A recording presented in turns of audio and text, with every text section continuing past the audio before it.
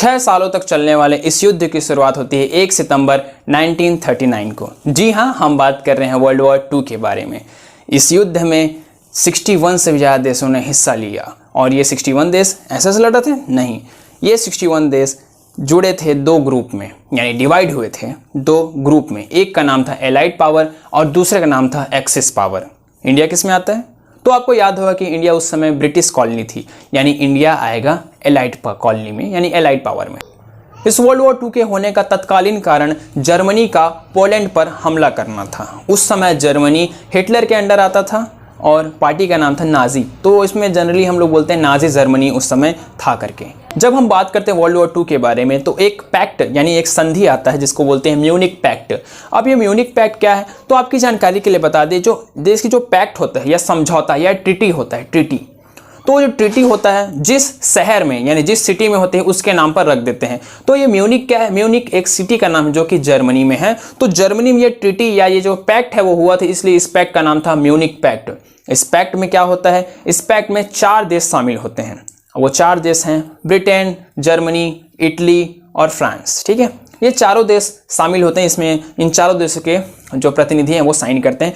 इस पैक्ट में कहा गया था, ये पैक्ट दरअसल था जर्मनी के फेवर में। इस पैक्ट में कहा गया था कि जो जर्मनी है उसका अधिकार हो जाएगा चेकोस्लोवाकिया। चेकोस्लोवाकिया एक देश है, पहले था समझिए, अभी ये जो देश है चेकोस्लोवाकिया ये 2 देशों में बिखर गया है, टूट गया है। एक का नाम है चेक रिपब्लिक, दूसरे का नाम है स्लोवाकिया। पहले ये एक ही देश हुआ करता था। इस पैक्ट के तहत सुडेनलैंड, जो कि एक चेकोस्लोवाकिया के एक रीजन है जहां 30 लाख से भी अधिक जर्मन एथनिसिटी के लोग रहते थे, उस पर जर्मनी का हिस्सा या कह लीजिए एनेक्स यानी कि कब्जा करने का इस जो पैक्ट है उसमें ऐसा प्रावधान था। तो समझिए पूरा का पूरा जो पैक्ट है वो जर्मनी के फेवर में था कि वो भाई वो एक यहाँ पर एक रीजन है सुडेनलैंड, उस पर वो कब्जा कर लेगा इस तरह। इसी के साथ आपको बता दें कि ट्रीटी ऑफ वर्साइल हुई थी वर्ल्ड वॉर 1 के बाद। और ये ट्रीटी ऑफ वर्साइल ऐसा कहता था कि जो हारने वाला देश है, यानी इसमें जैसे कि वर्ल्ड वॉर 1 में जर्मनी भी हारा था, ठीक है, जर्मनी ही हारा था समझिए, तो जर्मनी के ऊपर ऐसा प्रावधान कर दिया कि जो सारा युद्ध में खर्चा है, चाहे जो जीता है उसका भी खर्चा, सबका खर्चा जर्मनी उठाएगा करके। और ऐसा लोन हो गया उसके ऊपर कि इन्होंने रिटेलिएशन कर दिया, समझिए उस समय हिटलर ने रिटेलिएट कर दिया कि हम तो नहीं देंगे। तो ट्रीटी ऑफ वर्साइल जो हुआ था ट्रीटी, वो हुआ था वर्ल्ड वॉर 1 के बाद। तो इसका उल्लंघन जर्मनी ने किया 1935 में। तो इसको भी उसका कारण माना जाता है वर्ल्ड वॉर 2 का, कि ट्रीटी ऑफ वर्साइल का उल्लंघन भी इसका कारण माना जाता है। अमेरिका की एंट्री वर्ल्ड वॉर 2 में होती है 11 दिसंबर 1941 में। जी हाँ, अमेरिका बहुत लेट एंट्री हुआ, वैसे तो 2 साल बाद समझिए, क्योंकि अमेरिका न्यूट्रल स्टैंड रखना चाहता था। वो ऐसा नहीं चाहता था कि उसकी छवि बिगड़े, वो एक न्यूट्रल स्टैंड यानी कि भाई हम किसी से नहीं लड़ते, ऐसा अपना पॉइंट ऑफ व्यू ऐसा रखना चाहता था समझिए। लेकिन क्या हुआ, जापान ने पहले उंगली करी, ठीक है, जापान ने पर्ल हार्बर जो कि एक वायुसेना का अड्डा था अमेरिका का, वहां पर जाके हमला कर दिया पर्ल हार्बर पर, ठीक है। तो इससे क्या हुआ, अब भाई कोई आपको पहले से मारेगा तो आप तो अटैक करोगे ही ना। तो इस तरह से फिर अमेरिका की एंट्री होती है वर्ल्ड वॉर 2 में। इस समय अमेरिका के जो प्रेसिडेंट थे वो थे फ्रैंकलिन रूजवेल्ट, और उस समय यानी कि वर्ल्ड वॉर 2 के ही समय जो ग्रेट ब्रिटेन यानी जो ब्रिटेन था उसका जो प्राइम मिनिस्टर था वो विंस्टन चर्चिल था, जो कि भारत और भारतीयों से बहुत जलते थे या समझिए पसंद नहीं करते थे।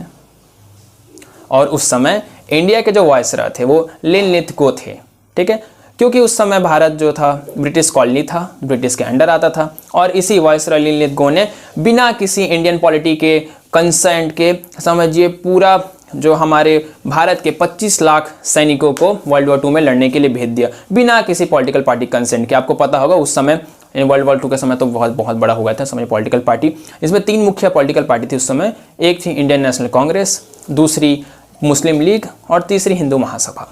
तो इन तीनों से या समझिए किसी एक से भी मतलब ऐसा कोई पूछा उछा नहीं, सीधा डायरेक्ट देश को हम कब्जा कर लिए हैं, जो चाहेंगे वो करेंगे, इस तरह से भारतीय सैनिकों को वर्ल्ड वॉर 2 में झोंक दिया।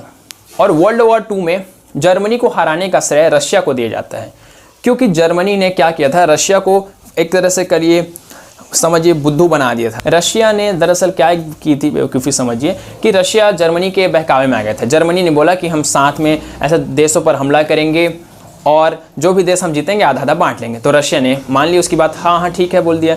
लेकिन क्या हुआ, जर्मनी ने जब देखा कि रशिया ऐसे बुरा देशों को कब्जा करने के लिए अपना सैनिक भेज दिया बोल के, तो जर्मनी ने देखा कि इसके सैनिक तो बाहर चले गए, तो फिर जर्मनी ने खुद ही हमला बोल दिया। रशिया जो कि उस समय सोवियत यूनियन था, पहले टूटा नहीं था 15 हिस्सों में, ठीक है, 15 देश में। तो फिर इस तरह से पहले तो जर्मनी ने उसको फ्रेंडशिप का हाथ बढ़ाया, फिर उसी को धोखा दे दिया, यानी कि रशिया को। फिर इससे रशिया बहुत, अब ऑब्वियसली कोई आपको धोखा देगा तो आप डाइजेस्ट थोड़ी नहीं कर पाएंगे। फिर तो रशिया ने फिर उसको बैकफायर किया, और इससे क्या हुआ कि जो वर्ल्ड वॉर 2 में जर्मनी की हारने की सबसे बड़ी वजह रशिया से पंगा लेना थी। और जर्मनी ने जो है प्लान बनाया था रशिया को हराने के लिए, उसका नाम था बारबोसा प्लान। आगे की कहानी तो क्वाइट फेमस है कि जो एक्सिस पावर है उसमें सबसे आखिर में हारने वाला देश जो था वो जापान था। जैसे कि आपको पता होगा कि 6 अगस्त और 9 अगस्त को 2 एटॉमिक बॉम्ब गिराए गए अमेरिका द्वारा जापान में। तो पहले का नाम था लिटिल बॉय, दूसरे का नाम था फैट मैन। दोनों जगह गिराए गए थे, हिरोशिमा और नागासाकी। हिरोशिमा में 6 अगस्त, नागासाकी पर 9 अगस्त को। इस तरह से फिर जापान के उस समय के जो एम्परर थे, जी हाँ, जापान में उस समय राजतंत्र था, यानी एक राजा होते थे, तो उस एम्परर का नाम था हिरोहितो। तो हिरोहितो ने सरेंडर किया, और ये जो वर्ल्ड वॉर 2 है, जो 6 सालों तक इतना विध्वंसक जो युद्ध चला, वो 2 सितंबर 1945 में ख़त्म हो गया। इस वर्ल्ड वॉर में कुछ ऐसा खास अच्छी चीज़ हुई नहीं।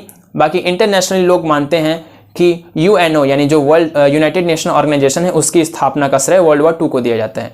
हालांकि एक फ़ायदा नहीं हुआ, उससे ज़्यादा हज़ारों नुकसान हो गए, उसको नहीं देखते हैं। हालांकि इंटरनेशनल लेवल पर ये श्रेय दिया जाता है वर्ल्ड वॉर 2 को कि यूनाइटेड नेशन ऑर्गेनाइजेशन की स्थापना हुई।